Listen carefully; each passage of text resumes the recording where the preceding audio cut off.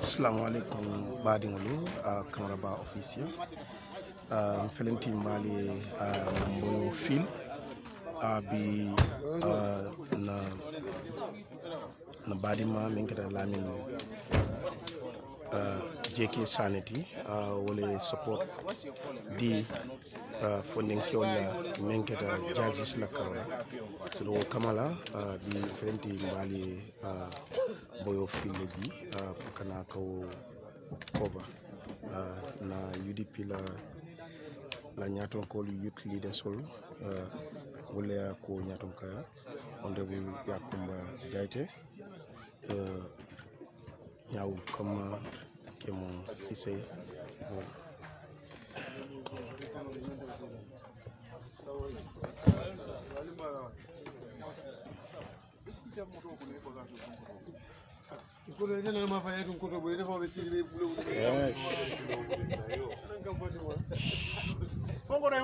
Hey,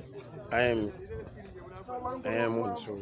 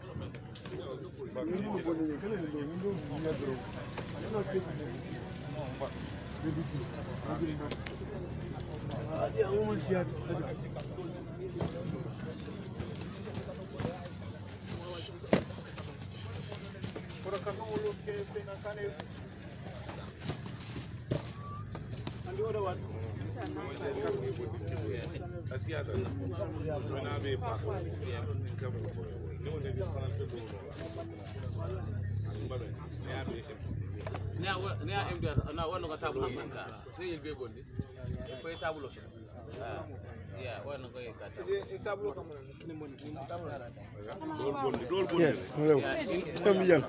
presentation bien de fundira mom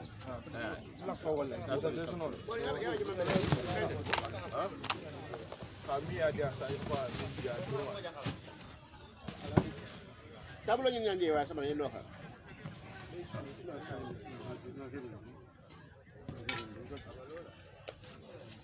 pisana piso acha boy ali nga duwa salatul ala nabi nga dundi ambo kono siyo me bismillah Bismillahirrahmanirrahim Allahumma salli ala sayyidina Muhammad Allahumma salli ala sayyidina Muhammad Allahumma salli wa sallim ala sayyidina wa nabiyina wa maulana Muhammad wa sallim taslima alhamdulillahi rabbil alamin arrahmanir rahim dunya khalaq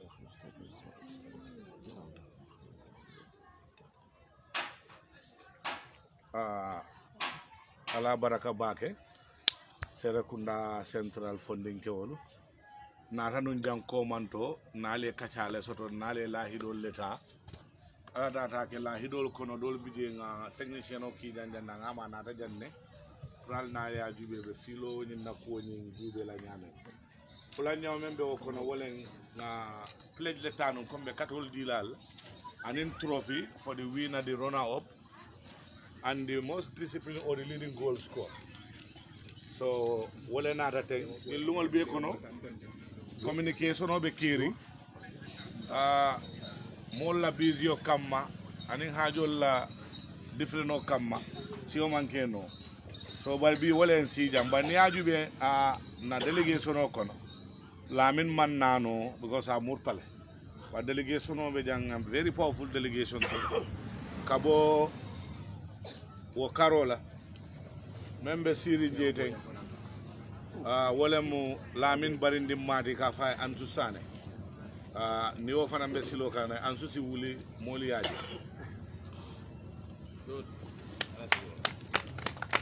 membe o no ma walen National Secretary General for the Youth Wing UDP Kafai Kemo Bojan. He is the nominated youth councillor for KM Youth. So afanambe silokan. Member onoma wala keta na first na Secretary General women female youth wing United Democratic Party nominated National Assembly member Yakumba Jaite afanambe silokan.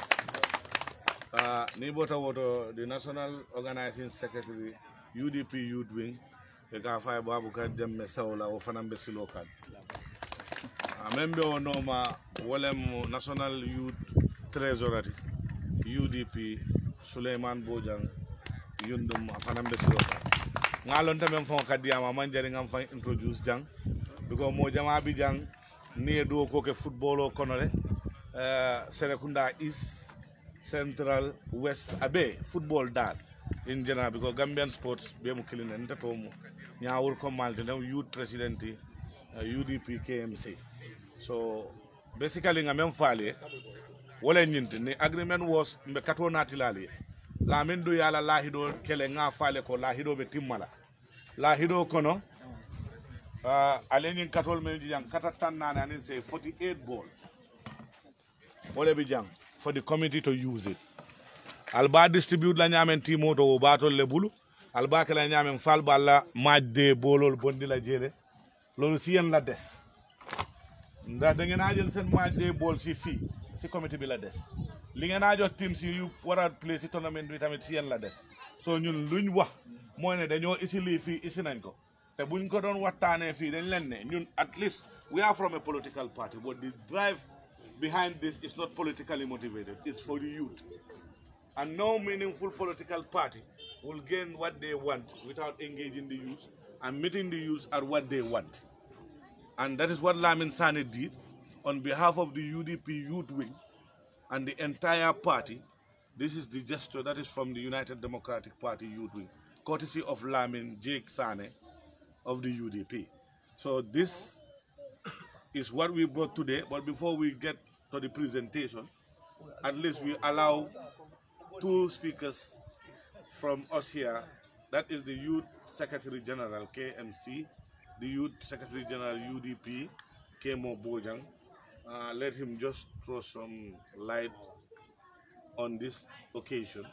and then later we give our right honorable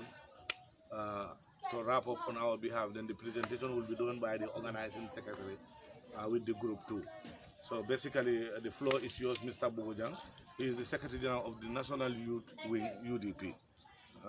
Kemo Bojang. Assalamu alaikum. So malam fomba diam la si dama laka olaf dama laka sosi. Okay, malaka bana. Okay, mbal be tentula mbal jaila. Ko nyawuri ya fa nyame. Ntalom National Youth Secretary General to UDP Youth Wing. Or also mfana mu councillor to KMC representing the youths. Ninketa nyokontan kubati katun toli I believe leko Gambia la population is made up of almost 64% yango funding kello. But for the long run funding kel nena man engage. Malong funding kel lafta munel. And on ira for development in Bankoto and imam molu engage mali along ko wale majority sort of population oto aman nafaso. Because about development samana development me anko it is I'm a use sort of because I'm a wala life affect. Be dunia kono be the biggest millionaires will be able to sport level. Near Usain Bolt le jibe bang, for Mohamed Salah jibe ba, Sadio Mane jibe bang. All of these people here na flow sort of mental. It's true sport. Even when you come closer to home, be movie wa fala Steve Tarawan. And no Steve ya adati jane. You know, mol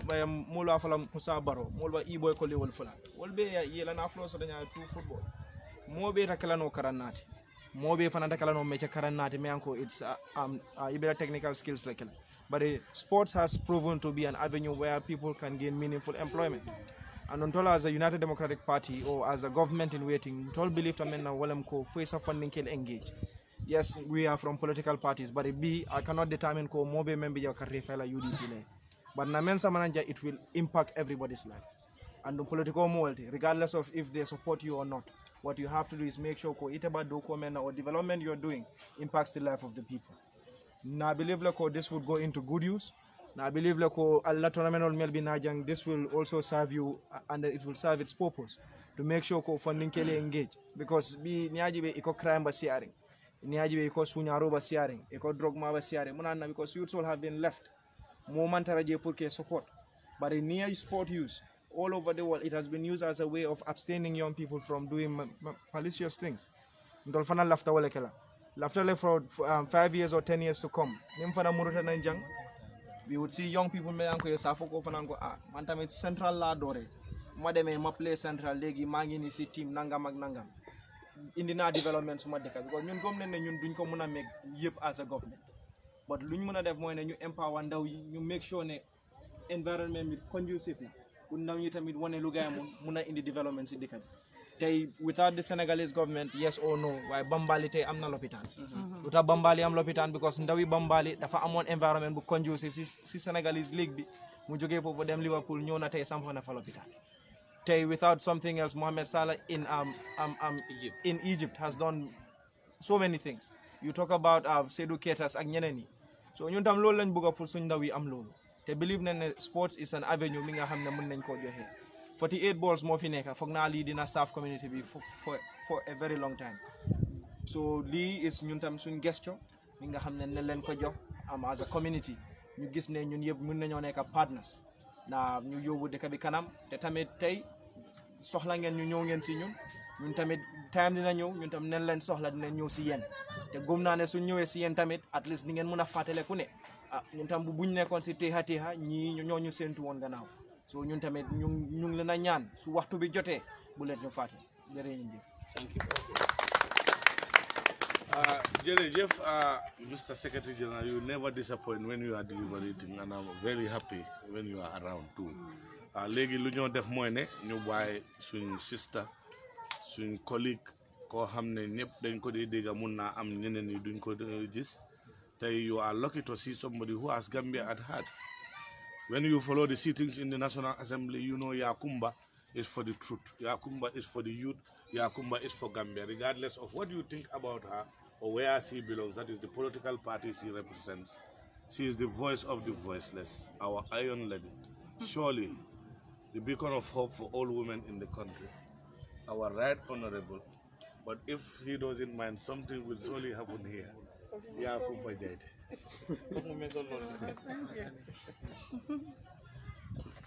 Asalaamaaleykum, maa ngi nuyu ñëpp ñu fi toog di kontaan ci seen teewaay fii di leen wax jërëjëf lii mbégte la ci man pour ma ñëw toog fii waxtaan ak yéen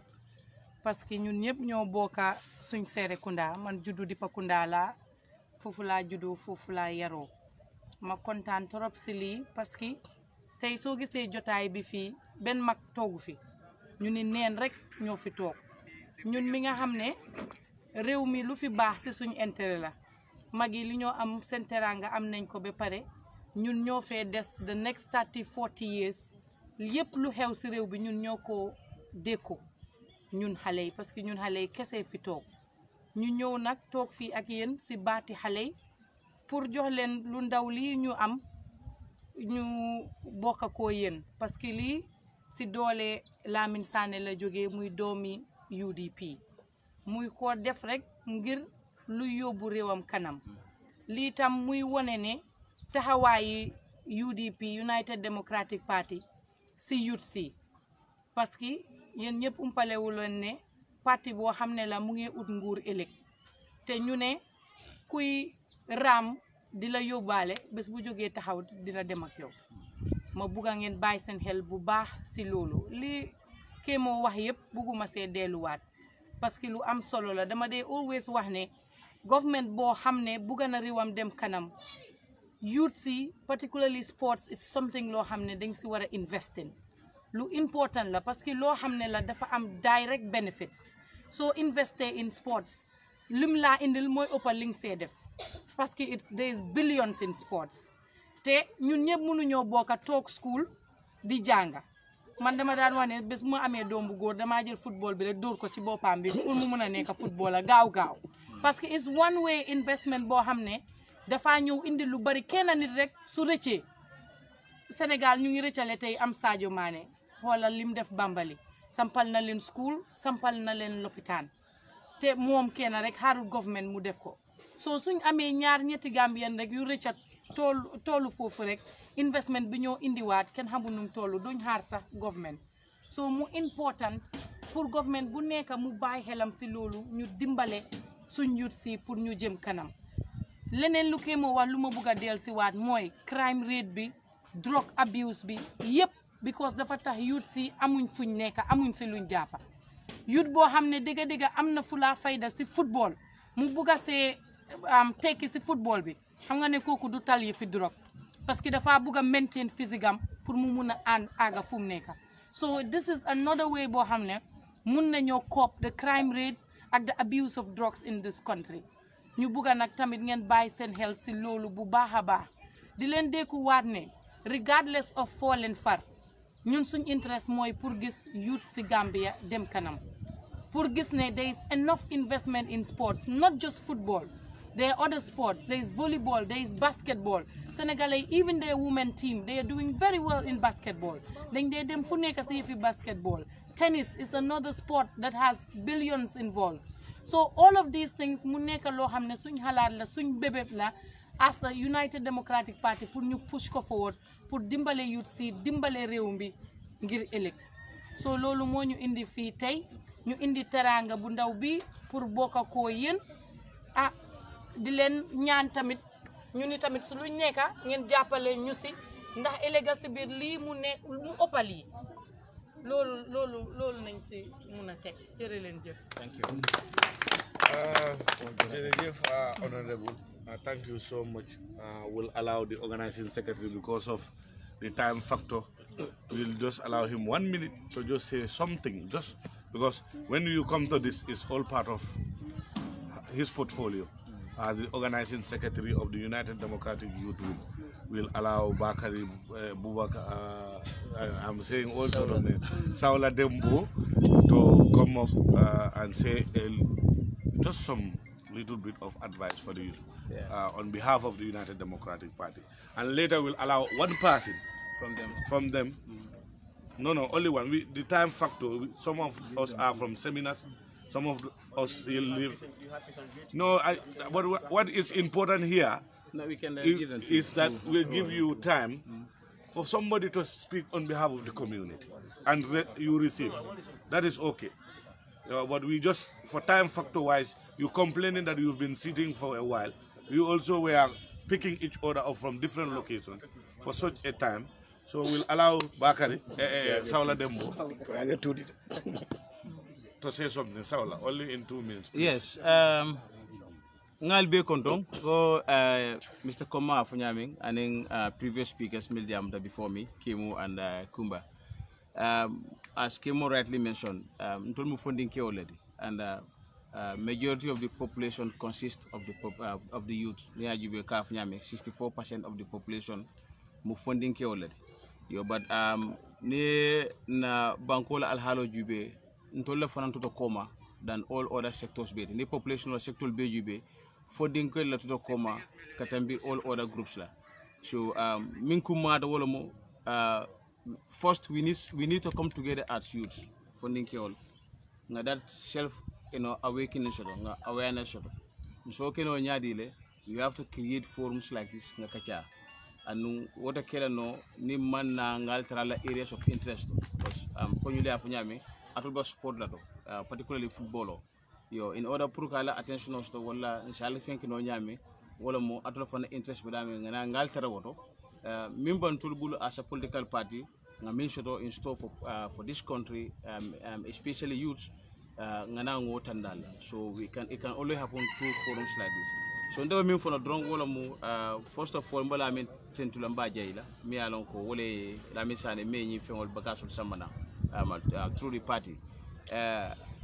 ntolla mu bankote funding kewol bankola kolia ano akantolla impact akaji ntolla kan ning banko yurwa fana soto ntolla mata ata fola non koma so this is our country konya nyame regardless of our political affiliations we can come together at least spark a debate about our country nga kacha nga nga nyo faham yandi then from there possibly we'll have a way through ngaji ko min ko banda banko bonda no nyaade yo bara auta kela no nim man na nganda bula political kumba mimba Sirin Jang, she's a lawyer by profession. As a lawyer, yeah, no manole. I stay out of politics, and life will be good, you know. But then, I mean, ningi te kanate bading ol mankana, and se kanano nyaming olon political. Banko bukata no political koma. Ni yeda bonde political as youths ntolbe. Ninga, if we stay away from politics, let us know somebody somewhere is deciding for us. That's a fact. Ni da bonde politiko kono e ko dem fondin ko lida mantaraje alon ko ni wulta brin somanda fu jandi be lala e kam be encounter life so somebody is deciding it for you, so why not you have a say in it? So let's get involved nganda bulanduji nga kacha, let's discuss about our country, you know, nga dennu nga jibe mbana banko bonna nyame ndolla kasa party nga agenda stola la ni na 5-point agenda jibe fondin kele ni bala stoje wato tije ntolo kacha no you know, so ibajere komin ko ning ntada nyaato nga nyin sifal so sol be kachano la nga jube fondin kel ntolo nga niyo min lande fondin kel nga hapol min so ko sne banko jube ala ko mbal fal this nying filon te ngalon le ngalon 20 years ago nga jallon, you know, but nga jallo nyaming fa ka garaw nyaming, there is no improvement. And of sport in particular, abukatano dulato banko sport ma yuwa banko kendo me along ko sporting facilities it may develop, it may da. Our closest neighbors kumba even for Senegal, niajibe even Nyoboro the arena sotaye niajibe Senegal every year il participation au Kalafa Olympics because every year it can use sporting venue le yele il molie bidin swimming number for boro lomba for judo lomba for boxing number academy women the basket, you know, they are opening avenues everywhere. Kaje komun ko il funding kele participate no world in order isaje ko excel no at international stage, but nima was facilities no on the ground. I mean they are more basial. But mba product comme bondi la mil vitala kata represent adam bodo ala sport especially football mo industrial ne nyi ndol du fenkol bejo Senegal nyoboro ya industrialized it's an industry ay mo jima jimal employment alan ko masakunda ma employment dino they can be self employed, you know, so nyaawul ba remind na wato tije ka funya de tarlal ba sharing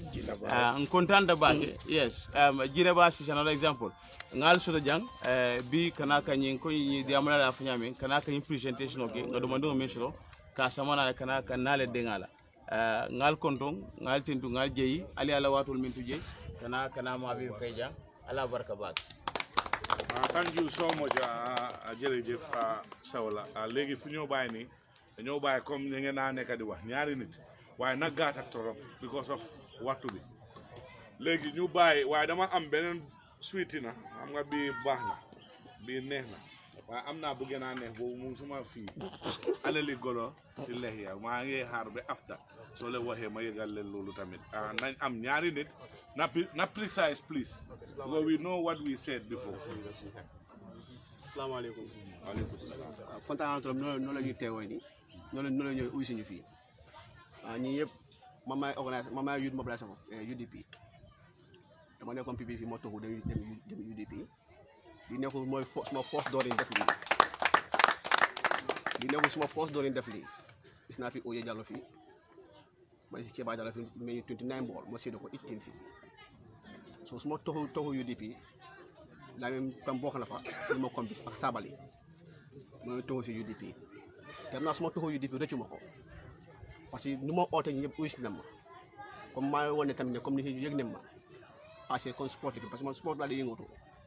man la ñu ooyee Ousmane Sané waa ñu maa ooyee Piso mooy suma nickname bi entire bu nuñ fii so kontaan naa trop parce que saa waa ñoo leen fi last time fii waxtaan naa ñoom moom wane laa lu bari man su boppam war naa ko ma ne ko ne am nga waneewut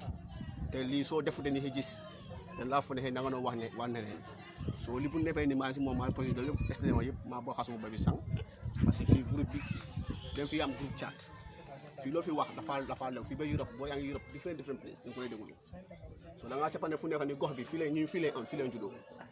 so last time laa min daay dama waa ji ñëw na fi grade wala grade bi war na ma fii mu sobee ko kon na ma tey dina ma xëy na grand grade dafa ñëw pour mu grade fil bi so moo wax ko booy war naa ko booy apprécié na loolu yëpp kontaan nañ trop si bool yi waa ñu youth mobilisation leen sama boobaa ngi Solomon Mendy moom tam mu PDOIS la nekkoon mu taxu ñoo UDP so da ngaa capane fu nekk ni maa moom ñoo liggéey lii ñu toggal lii pour ñu ñëw fekk suñu fii waaye kontaan nañ trop si lii appréciation bi parce que lii sam naa ne sax dafa ndaw waaye lu bari mi ngi ñëw parce que wax naa leen ko ñu ngi xaar ci forma man duma dugg parti boo xam ne maay ñuy xool nii rek di dem non parti xam naa parti bi mooy parti boo moo jëne Gambia Sirica moo tax ma nekk so loolu mooy suma jugal tey kontaan naa trop man tey moom su ma tëddee maa neloo parce que fi ne tey free naa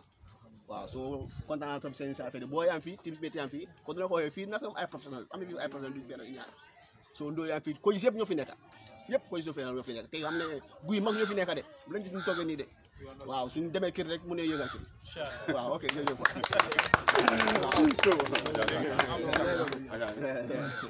ok salaamaaleykum maa ngi nuyu ku nekk di leen gërëm di leen welcome tamit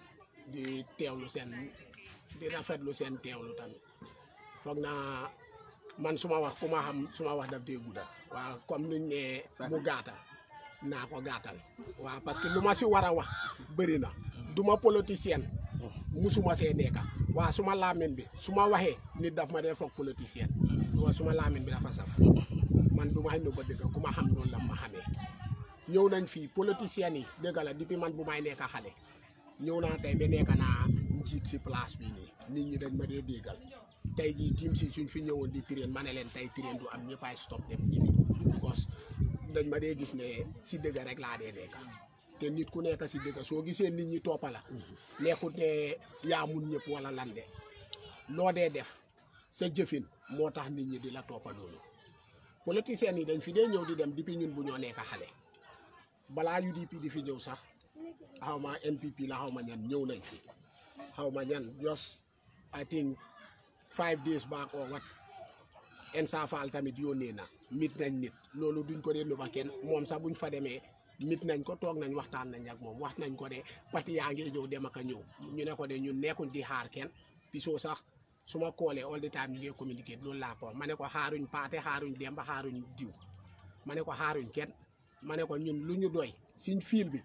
ñun tey dañ gis ne ñun nekkuñ ay citizen central fii nii ma ne ko ñun dañ gis nekkuñ ay citizen ma ne ko xam nga lu tax because fiil yëpp ñoo développe am nañ fi moo daan 7 teams yoo xam ne mënuñoo play nawetaan fii te fii dañ fi register à ces zones waa ñii ñu ngi Serekunda East ñii ñu ngi Serekunda West ñii ñu ngi Manjai lu ko waral mooy mënuñoo développe fii nii moo tax ñun ñu ne tey wax nañ ko team si yëpp all the time dañ koo seen si seen page bi ku am sa voters card su élection di jógee jël ko nga jox ko sa coach mu dajale yëpp mu téye ko coach yi yëpp suñ ko dajalee ñu indi ko ñu jox ma ko man ma téye ko kenn suñ fii defarut ñun dañoo duñ vote till further notice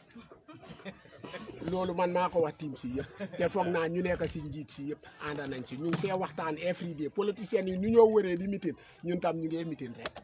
ma ne leen ñun tamit duñ vote till further notice because ay citizen lañ def nañ ñu ne duñ citizen def na leen téye suñ carte yi till further notice buñ votal kenn ku win baax na ma ne leen ñu vote suñ jëndee saako maalo 800 dañ koo jëndee 800 ñun suñ vote sax dañ koo jëndee 800 soo tey tournament bi dëgg la lii rafet na because yaaga na xapun fii waa piso bu may loolu laa ko ma ne ko gis nga political tournament ma ne ko tournament yi gumbo la ma ne ko xam nga lu tax dañ dee ñëw ñu ne la ne ku win 100,000 la moo am ku lose dafa am 4,000 ku jël taat lii la moo am ma ne ko at the end dañoo dem ñu ko puus muy stop mu ne ma non bii xam naa bii du dem noonu ma ne ko piso man ak yow ñoo startandoor si fiil bi balaa ngaa bàyyi nga ma fee bàyyi ma ne ko de start nañ tournament ni baro fii nii benn match lañ pilee mu stop ñu aj ko ba benn bés laa dugg si page yi Bundum Coaches Association ma gis foofu noonu suma team bi ñu ngi ko fa def suma xale yi dañ ma wax sax ma ne leen ne bu leen ma sonal ak tournament ni politique tournament yu dul jeex tournament ni gumbo man du aw ma time pour dem toppi yooyu noonu ñoom ñoo demal seen boppa man dew ma because man leena la man du ma wëccu ba pare intoon ñëwaat lekk wëccu boobu noonu loolu Lamin bu mu fi ñëwee waxaat naa ko ma ne ko Mboyo Field pour ñu jóg tey am na ay délégué ñoo xam ne pour ñu jóg dem team by team ñu ne leen diw sanga moo ñu defal lii ne leen ko delloo njukkal ñun ñëpp ne leen jël seen carte yi ñu jox ko ma ne Lamin ne driver bi waxoon na ma ne kii nekkut into politique too much ma ne ko ne nekkut into politique too much but UDP la bugg a mu win because foofu la bokk ma ne ko ne su ñëwee lu mu wax mu defal ñu ñun tam luñ bugga ñun tam dinañ jóg ñu campagnal ko ne gaay ne Lamin pati nangam la jóge taxawut pour toogu bi de waa toogu pati bu mu bugg a ñu wiin ñun tam nañ leen toppa pati boobu because depuis bu ñoo nekk xale ñeneen dañoo ñëw naa def lii suñ waxee dem nañ seen yoon ma ne leen moom su ñëwee su defee ne leen toppa si gannaam buñ ko let daaw ba pare ma jox ko benn advice foofu laay daanelee suma wax ma ne ko ne xale laa de waa naa la jox benn advice booy xam ne ma ne ko doomi aadama sooy jënda tey sóoraaleel ëllëg soo jëndee tey jënduloo ëllëg xamal ne yaa ngee gasal sa boppa baameel ma ne ko xam nga lu tax ma wax la loolu tey soo jëndee tey jënduloo ëllëg nga dem nga ne nax naa yut si ma ne ko ëllëg di nga nekk di romba sa moto bi paan ma ne ko xam nga soo kornee nit yi dañoo ne xay kii du dee wax dëgg bàyyi leen ko fa kenn du la jow dimbali xanaa mais bi xale yi soo génnee benn $5 ñu ñëw puus pour nga jox ko gaay ma ne ko ne waa soo jëndee ëllëg sa moto bi su paanee kenn mooy gestu ne hé buroo moto mbaa ngi paan fële ñëppaay bàyyi seen train ñu daw si ñu génnee sa moto bi foofu noonu ma ne ko ne sooy jënda tey jëndaaleel ëllëg ñun fii ñun fu mu nekk nii dañu weesu léegi pour nit ñëwaat mu nax ñu mu dem yoonam ma ne ko ne décembre dafa sori fu mu nekk nii ñun suñ soxla moo njëkk a ñëw yéen seen soxla ma ne ko yéen seen soxla décembre la ma ne ko waa ñun suñ soxla léegi la start boo fi tegee sa tànka tey la start ba décembre di jot ma ne ko ne luñ bugga soo ko defee ñun suñ fiil bi amut fence soo amoon fence team yu nekkoon di play outside yëpp dañoo ñëw fii ñaawur kooma moom xam na dangaa play Serekunda is team match bi jeex si éleksi nga dem ñu jox la géet tekin si xaalis si ticket bi fii soo play fii nii $2 si sax duñ la ko jox yow yaay struggle sa campagne everything soo foog naa fence nu mu amut loolu moo tax mënuñoo delloo ñun sax luñ gënaloon ñu am siñ fence fii team si yëpp dellu si time yi journals ñun suñ demee journals first round lañ dee toog Serekunda Central waa suñ doole yu génn si biti yëpp dañ dellu si fii di play suñ génnee dem Serekunda Central dinañ benn at foog ñu enu zonal trophy bi ñëw teg ko fii nii so ñun luñ buggoon moo nekk dëgg moom tournament bi doy nañu baax na waa dafa nekk loo xam ne ñun pour ñu campagner ko pour wax team si ne diw sangam ñoo fi def lii nii dafa difficile pour team si nangoo ñu gëm waa lu ñu gënaloon moo nekk suñ mënoon a am fence fii nii dinañu jàppale torop ba pare bugga nañ tam tournament bi wax naa ko piso before muy start foog ñu am grade mu level ak ñu suñ fiil bi njëkka jërë ngeen jëf just 1 minute rek man du ma yaagal wax bi you know because the thing is time is against us ba pare man I'm not into you know comme like waxi neen understand nga because man musuma dugga politique understand nga man since ma duggee politique first party bu ma dugga moo nekk PDOIS te man dama xam ban reason mu ma fa dugga because man du ma dee booy comme like du ma dee ànd ak ku fail understand nga waaye dama dem ak kooku loolu bi nga xam ne time dafa jot pour ma change understand nga pour ma dem si mbooloo boo xam ne ñooñu génne si sona understand nga because the thing is mi ne benn banti bale doo mun a bale foog nga join mu nekk benn bale mu mun a am effort pour mu mun a dem mu def liggéey boobu nga understand moo tax ma génn PDOIS ma join UDP te man gisoon yaaga naa gis politicien yi fi dee ñëw understand nga waaye man dama gis tànka yuñ fi dee ñëw ak luñ fi dee isi boobu to be quite enough dafa ute ak yéen tànka boo leen fi ñëw ak loo leen fi isi man duma as mobiliser of UDP man duma fen because of man am UDP comme loo leen isi fii maay fen non dama fi dee gis ay politiciens nuñ dee ñëwee sax ak nuñ dee wax nit ñi ak at the end xam nga but the thing is Lamin bu mu tekee fii tànkam ak ñaawuri ak keneen luñ fi wax ak luñ comme according to nuñ waxee soo ko dégluwee nuñ ko arrangé nit noonu la war a waxee because comme like a fake politician soo ko gisee dañ ko dee xam bi ko loo wax rek dafa lay wax ne waaw yes our boss te loolu noonu understand nga warta dem nit da nga dee waa ko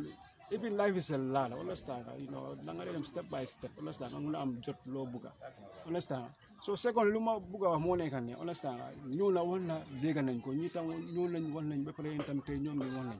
dégg kii wax naa ñu bari lañ fi doon ñëw waaye tam da ngaa gis ne léegi ifin yéen soo leen ñëwee fii ba balaa December su nekkee like yéen 70% ngeen ñu defaral ou might be 60% ñeneen def ay 10 ay 5 ay 15 to be quite candidate ñun nañ work out all means yéen loo leen soxla ñu jox leen ko because life loolu la ku la jox ganaar ak ku la jox béy ak ku la jox ganaar ak ku la jox xar ak gëlëm wala nag ah gëlëm mi ngay jël suma programme understand so ñun daal foofu laa mën a am daal yéen asoon lañ leen ne soo leen ko nee lii ifin sax taxawal nañu ne fiil bi luñ ko bëggee waaye suñu gisee grassroots bu ngeen dem si kanam te ak luñ ko bëggee ah suñ vote si yëpp waxuma ne comme loolu leen ko fi waxee ñëpp duñ mën a wane comme ñëpp nañ garanti comme yéen da ngeen a am vote yëpp de waaye 75 or 80% of our voters will give it to you foofu laa mën a jërëjëf li ma bëgg a wax mooy ne sang yéen a ngi fi Boya Buso yéen a ngi fi ñun dafa am loo xam ne dañ ko war a passé léegi kuy nax nit yi di dem yow tamit passé nga loolu léegi pour nga ñàkk a xam ne kii li ko tax a jóg ak lu mun di bugg a mun na wax yow xam nga kuy naxaate xam nga ko li ma mun a wax mooy ne Serekunda Central ñun we are not joking here naxuñ kenn te life tamit dañoo war a understand leen a process la it cannot be automatic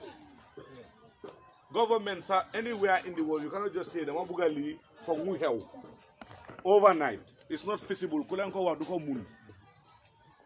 waxtaan si dëgga ñu wax si loolu moo gën ñun dañ ñëw fii ñu ne leen yéen am na li ngeen bugga mooy ne will meet the youth with what they want start nañ ko ñetti yëf lañ fi discourse démb mooy yëfi field bi yëfi tournament bi ak yëfi fence ñaar yëpp def nañ ko so su nekkee 100 la ñun def nañ more than 60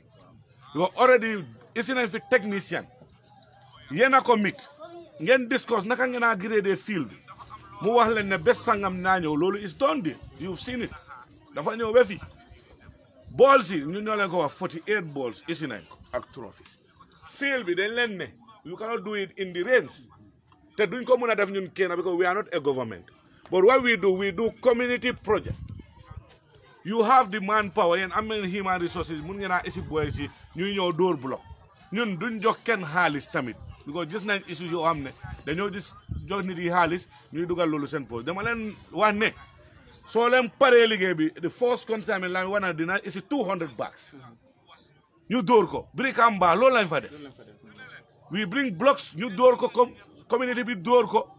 suñ ko starté mun naa am na ñoo xam ne dañoo dëkkal area bi sax dañoo gis ne these people are serious they will also come on board pour complete field was as an individual if you look at the land area fii here pour mu def ko one straight mu jeex du yomba te ñun duñ wax yoo xam ne dañoo ñëw fii di leen na loo tax ñu ne we do the material dañoo jënda road ak ciment ngeen liggéey bi ñu liggéey field bi du loolu lañ wax waaye ñu ne du mun a nekka si nawet bi you cannot walk in the rains luñ mën a def mooy ne ñu garaade field bi to di level boo xam ne nit yi mun nañ faa play ba nawetaan bi su jeexee noor bi su duggee see ñu jënda ciment ñuy def community walk su nekkee government bi daf leen abandon even without comme ñun xam nañ ne we are bringing this clean-heartedly but we don't have the assurance even 100% that even some people they will vote for us that is not the interest is for the youth majority bi lu leen a yóbbu kanam ñun loolu mooy suñu interest yéen ñun xamante nañ fii maanaa yéen liggéey nañ Serekunda is yow nekka nga team rep man nekka naa team rep nekka naa committee chairman team rep secretary chairman ba nekka secretary general Serekunda is man dara umput ma si sports politics from football ba GFF house man dara umpuma waaye ñuy naxaate ñun xam ne ñun we are into sports te loolu tax soo gisee politics bi léegi dynamics yi ñu nekkoon di administre sport yëpp ñu ngi si politics because dañ bugga lii mu jee ba tey man dama am team comme ni ngeen amee team I have my nawetan team tiise la suma kër la dee campé maa dee fay registration fii Serekunda is so man du ma nax kuy def sport because man suma boppa I know the heat in the kitchen so du ma bàyyi kenn fii mu toro waaye li ma mun a wax tamit nañ gom aduna si boppam hope la yaa xam christian nga yaa xam julit la kenn demut alaxira nga ñëw dafa am luñ la dee preach li nga dee gom nga indoctriner ko si sa boppa nga practice loolu pour expect ne ëllëg ak li si biir damaa am aajana kan moo dem aajana fii ñëw waaye dafa am science yoo xam ne soo gisee war ngaa mën a am yaakaar rek diw lii la ma waxoon def na benn mu waxaat ni ma ñaar defaat waaw ko ñetteel bi booy dafa ñëw te dafa am lu moo ut lu ëppali right now this is coming from an individual pocket through the party. What about if that individual is a policy maker and he is into sports too? He serves up to the GFF treasurer. Fii ñu fi nekk yëpp a nekk into sports. Kii ex-player la Bakau United in the executive. so kooku du na sportsman du dee na sportsman administrateur yi ñoo ñu dee jaxase rek waaye ñu ne ñu dee struggle si grassroots bi ñun xam nañ affaire bi lu moo riir so maa ngi ñaan on behalf of the party and Lamin ne nañ gomante let's build that trust we bridge the gap it has been happening politicians yi di ñëw fii di nax nit yi waaye ñun loolu defeat nañ ko dañ infini technicien te dina fii dinañ ko garaate de loolu is step 1 step 2 booli ñëw nañ ak trophy benn step moo fa des te boobu ñun jël nañ ko bi mel ne dañoo isi matériel we do community work pour ñu finish lii not an individual can do it. No, sorry. So I think you called me one time about it,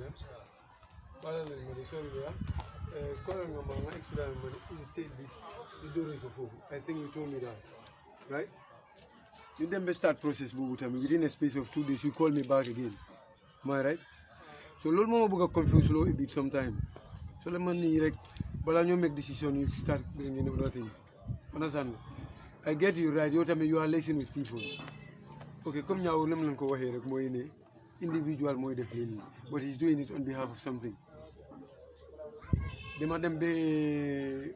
booksman because mama call him and okay, no worries. I will talk to him. So I'm time. I'm explain why not we hold on this. These people are eager to get this field fenced. Greater is better than playing tournament for now.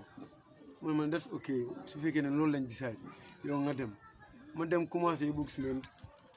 Bala ma pare fofu sa fuk na sen gol ci mam mom ñu ci moto bi rek nga kolat nana man ñu fekk ne tournament bi mën nañ ko door after ñu hang of fele ñene so man is alright pour man lima waxa yow ni mom is taking things lightly with you guys loolu leen bëgg rek loolu la bëgg waaye comme kii nu ko waxe rek I want you guys also to talk to you guys to get patient. It's individual, so he always want to see things done. I don't know if you are getting my point. I don't know if you guys are seeing me. He definitely wants to see things done, but not as you guys want it. Quickly, maybe know December is fast approaching. Commitment. Because I know Serekunda Central is not only the area for him. He's also from an area. From Joge ut Kombo, Joge ut Fonyi, Kian la Joge. Joge ut Jara, Joge ut Baribu, Joge ut Base. Kian la jogi. Why this program? Last year we went to Badi, we did there. We went to Basse, we did there. We went to Sierra, we do there, and our area Jara. Mom mem dekam sa, dekam kiansa. Yeah, he start doing it. Why nunko defe yanan deka yidefu kofu. So come non lam woye. Let's just begin from here. So then kuma sen tournament. Come ki nunko woye. We see. Pour ñu jëlé semaine, ñu ndoro sen blocks ni comme nunko woye. In them jail semaine, 200 bucks, you come and say, we go and get another consignment. So why I think, specifically, let's start from one step. We started from here. This is not tournament, we have gone into tournament. But we succeed, then we carry on that. We have not necessarily recorded fence. I don't know. I think a very fence, I'm done there. That area, I'm done there.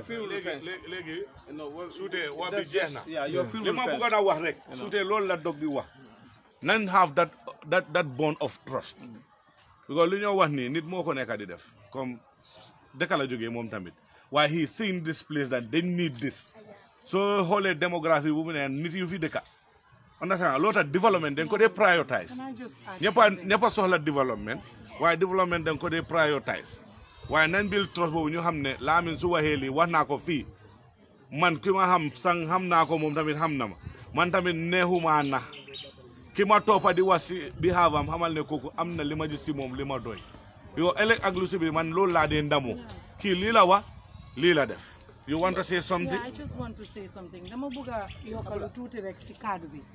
pour won leen ne lii luy ñaawur wax Lamin moo jóg di ko def rek si baaxaayam ak si xolam ak si jëmale réew bi ak paateem kanam te lii bokk na si li gën a tuuti li moo def man suma boppa gis nga réew bi soo gisee man wax nañ ko fii looya la suma neexoon dama toog suma office di fayeku junne duma soona sax si politique suma neexoon ma jóg léegi buub suma doom dem toog Angleterre toppatoo suma soxla waaye réew moo ma soxal ak liy jëmale suma réew kanam parce que mënumaa dem yóbbaale Jeyte Kunda yëpp ne ñu dem mënumaa dem dem yóbbaale Njuufeen yëpp fu ma bokka ne kaay leen ñu dem parce que koo doo yow mun ngaa rëcca waaye sa mbokkay duñ rëcca te Lamin li ma wax bokk na si gën a tuuti li moo def man doon naa fi projet gi boohool keroog bu ma ko koolee ekkati suma téléphone ne ko Lamin damaa defal jigéen yi boohool kër ceebo dama fa dem for the past 50 years they are not doing clean water yéen fence mooy seen problème ñooñu ndox puñ naan mooy seen problème yi si réew mi dafa bari de moo tax ma bëgg a tuuti rek si li sang wax ma tontu ko gis nga carte yooyu nu munti demee weda Lamin fence na fi fence fi waxtaan te dëggat sala vote leen parce que du Lamin moo leen oo pour mu fence fii daf koo def rek ngir yàlla ak bugg a réewu dem kanam waaye nguur bii toog moo leen oo pour ñu fence fii defar fii moo leen oo facilities yéen youth si ak yeneen youth si fi nekka pour ñu defar leen facilities bu ngeen mu ngeen carry out seen activities mandate boobu 2016 bi ngeen ko voté Barrow ngeen ko jox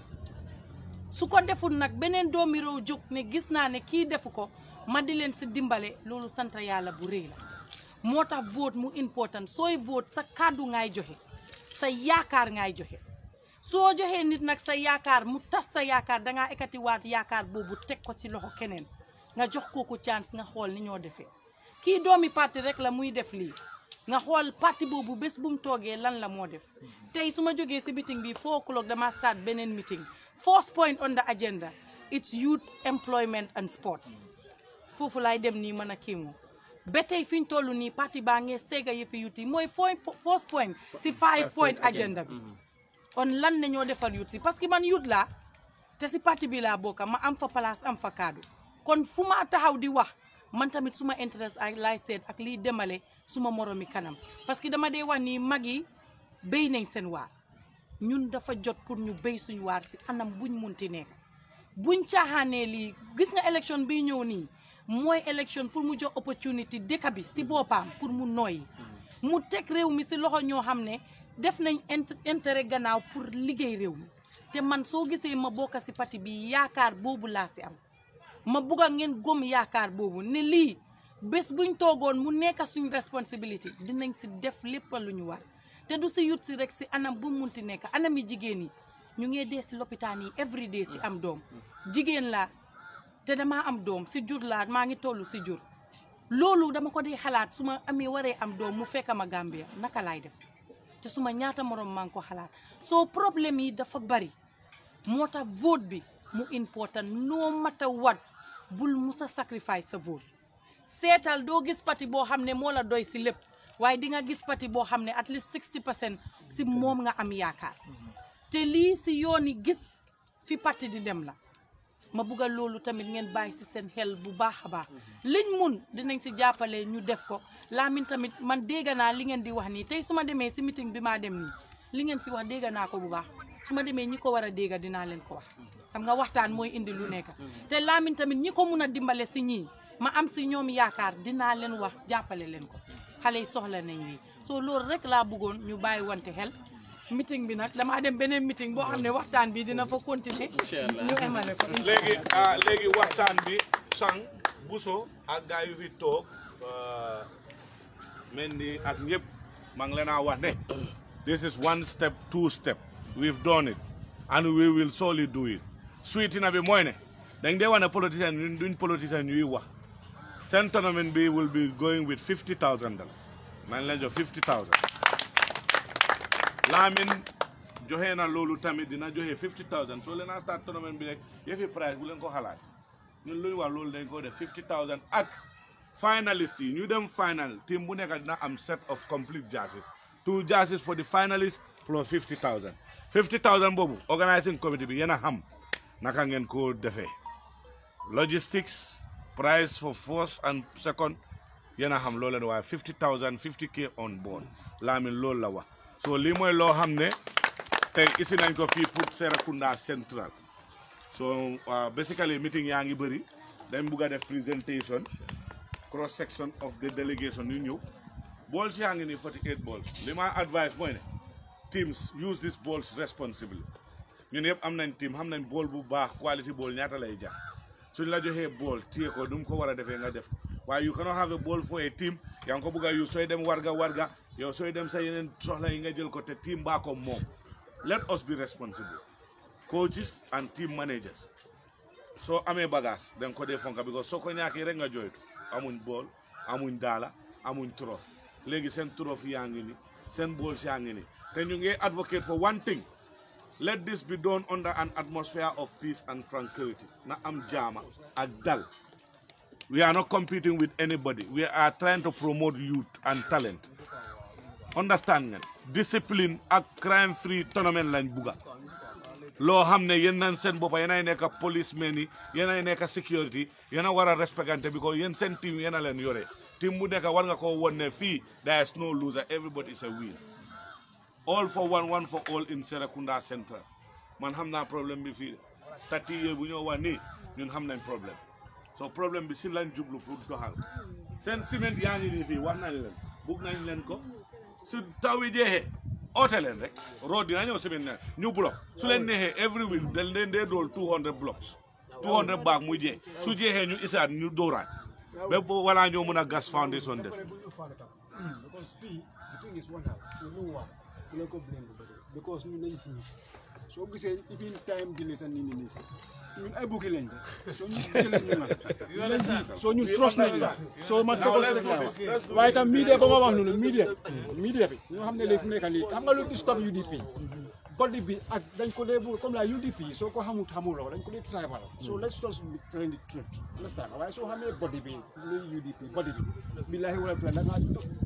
doo xaar sax kenn mu leen sax boobu loolu amul man suma yaruñ si olof la non the thing is waaye media promise nga man media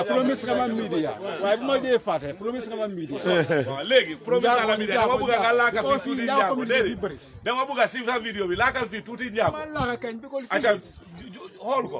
loolu laa bëgg a wax loolu laa bëgg a wax fii community njaago moo fi nekk waaw laakal njaago wonde ko wonde ngalwiti wala sane yinde UDP body wala sane tibling wala ka community wala sane abachika chikindang so tibu chiding legi bangal wonde banjaku legi inde wigi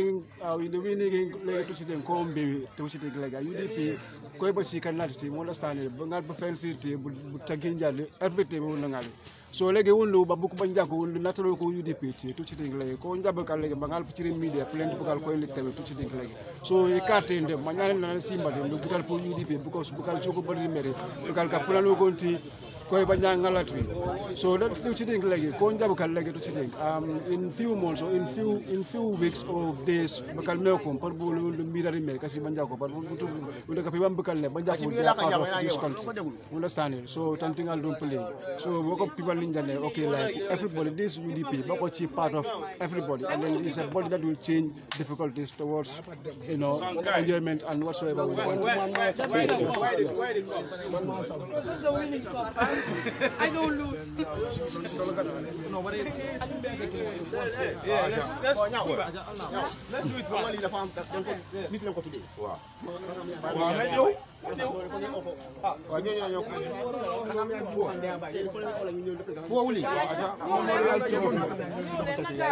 Wow, it's a memorial trophy.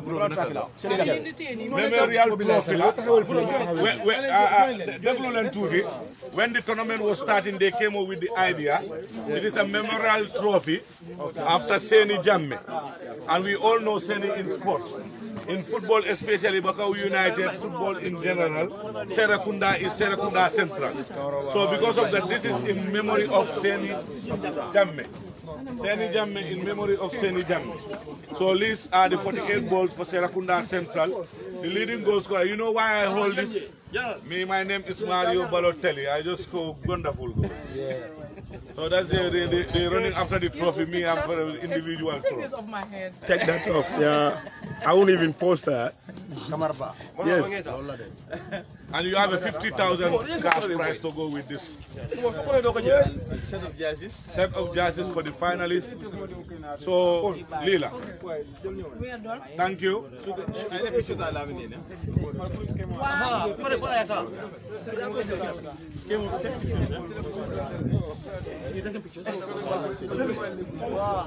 This is Seni Jame's brother. They are handing over the trophy to the brother of the guy in whose memory they are playing receiving this tournament, Seni Jamdes Burola, is receiving this trophy on behalf of the family and the community of Serakunda Center. So we are the winning team, huh? Thank you. Send bagage young in here.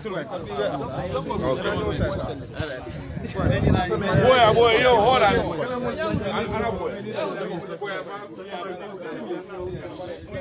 Hey, Sol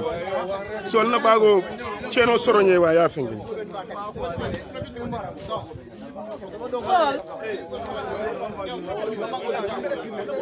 Badi wala liya mwele funding kewlu ina lon ku wolbe nyimbo filjang ye kayr kuba soro kabo amin jeke sane mi alon ko atele tonameno abe tonameno sponsor la jang $50,000 isa wala landi pour la kolki donc manna daw fananna abidjan fanan sansanale jang bi opundi nyame atele bi jambe sansan so honorable so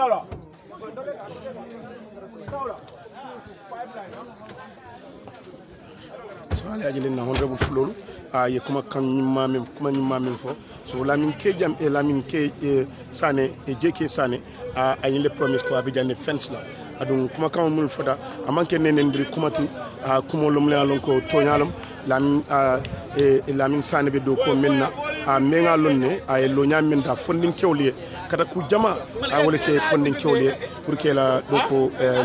ila wala boniro feya pour ka fali ona digi ay kada ku wal ki pour ka tendu ka jay ka nimbara wala ka je ko kan janaba kel abuka mo lahi di kula amam pare menkel abe fevin nin kela doro ko kadara ka fuko abatole ado aparte ka ke do ay fondin ko kuma kan la mayle mon jama morsi nenen bari Lamine ala force approach o ala okay la alaikum salam ya ama train Ibrahima Sall la be mo na cause ko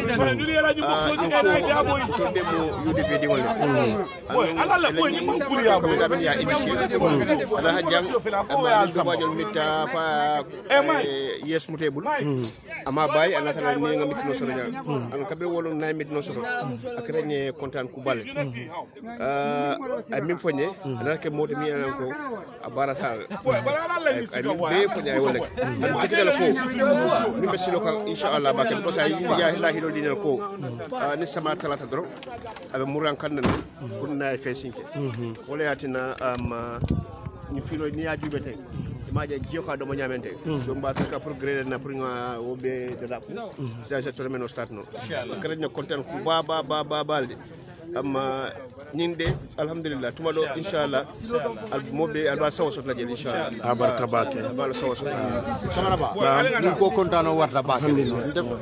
am nga ko kontano warta baake filo ñi lanci sobe ñamen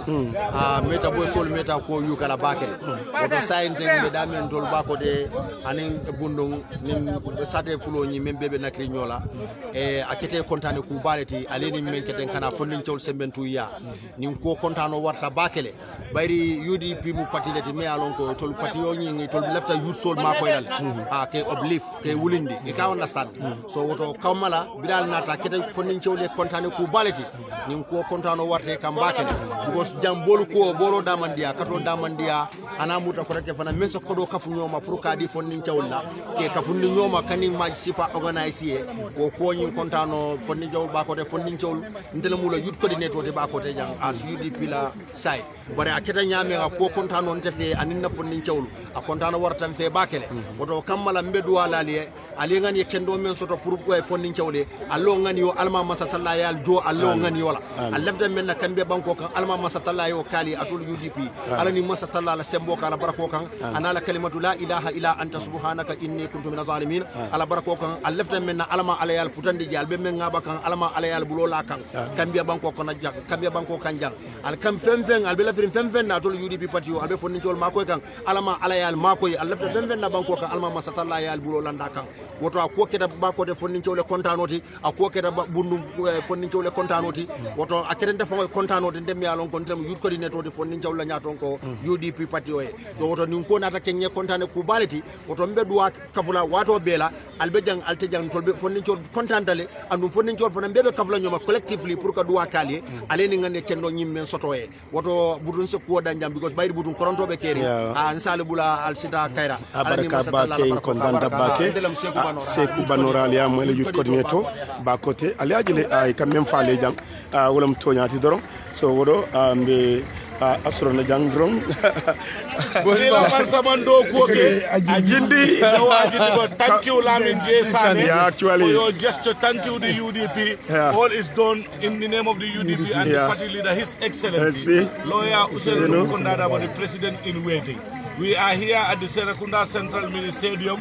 courtesy of Lamin Sane. We brought them 48 balls, 2 trophies and 1 fine trophy for the leading goal scorer. And a 50,000 hefty amount of $50,000 tournament and 2 sets of jerseys. No, but Fatoto also will benefit from this Lamin Sane scheme. Fatoto, I'm telling you. No, I'm going to start. We're doing the fence for this field, inshallah. We'll do the graveling, the leveling by a shovel also. Take the field and after the competition. I will take that. We're going video to overhaul. Total overhaul of the field.